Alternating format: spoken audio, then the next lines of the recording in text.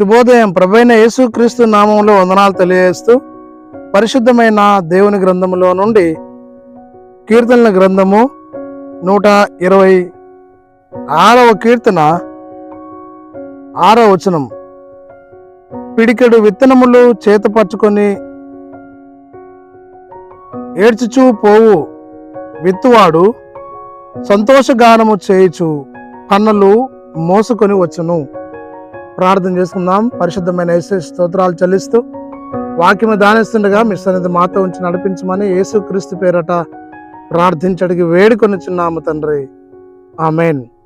రైతులు పొలములో పంటలు వేసినప్పుడు పిడికెడు విత్తనములు చేతబట్టుకొని వాటిని విత్తినప్పుడు సంతోషగానము అనే పంట, సంతోషం అనగా ఎక్కువగా పనులు కోయు ఆశీర్వాదము దేవుడు ఇవ్వగలడు.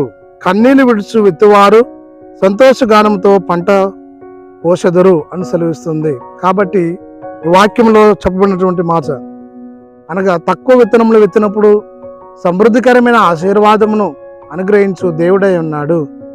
ఇస్సాకు తన దేశం ముందు ఉండి ఆ సంవత్సరంలో అదే కాలంలో పంట వేసి అదే సంవత్సరము నూరంతల ఆశీర్వాదమును పంటను పొందుకున్నట్లుగా మనం చూడగలం.